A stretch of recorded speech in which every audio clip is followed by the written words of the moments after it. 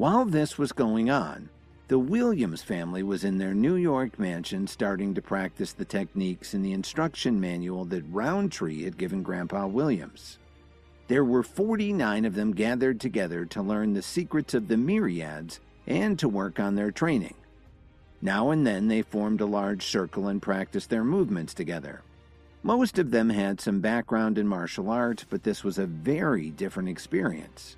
Some of it looked like Tai Chi, but there was also a little karate, kickboxing, all sorts of different things, even some yoga exercises.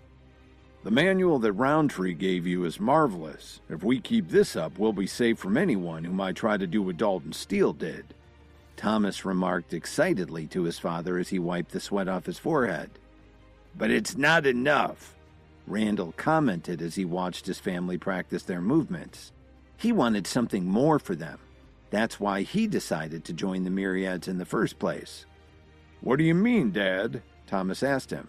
You have to aim even higher. The Myriads will deliver the pills to us this evening. You need to wait by the door and be very careful. We can't make any mistakes, Randall explained seriously. Later on, I'll get in touch with Roundtree so he can help us take the construction pills properly. The secret manual is just the starting point. Just as Thomas was about to ask him another question, someone rushed over to Randall and told him that Renée Silver had just arrived. She was the director of a large organization called the Union. The name of the group was a lot longer than that, but everyone knew who you were talking about if you mentioned the Union. Randall wasn't too pleased to hear this. Thomas, please show her to the backyard where everyone's practicing. Try not to make too much noise. Why do you want me to do that? Thomas inquired. She's been training for years, but she absolutely hates groups like the Myriads. If she knew our family had joined them, we'd never hear the end of it, Randall informed him. So don't say a word about it. Thomas nodded in agreement and headed off to do what his father had asked. Randall Williams took a deep breath and headed for the front door. Sorry to just drop in on you like this, Randall, Silver announced as she walked in. No need to apologize, Renée. It's always a pleasure to have you here. Please come in, Randall said with a smile as he gestured for them to come inside.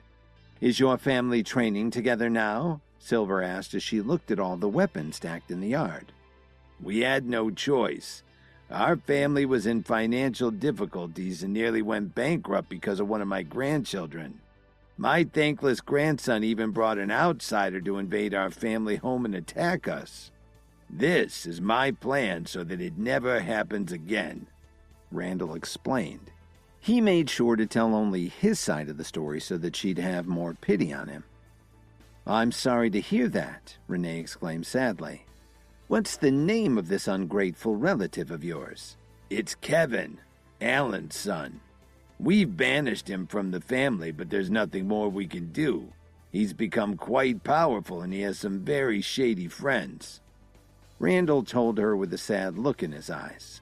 Then he gestured for her to have a seat in the living room. Kevin? She replied very gravely as she sat down on the couch. Don't worry, Randall. If I run into him, I'll make sure that he never causes your family any problems ever again. But she still hadn't told Randall the real reason for her visit. Hi, Kevin here. If you're wondering what happens next, then stay tuned on the Pocket FM Universe channel for more episodes.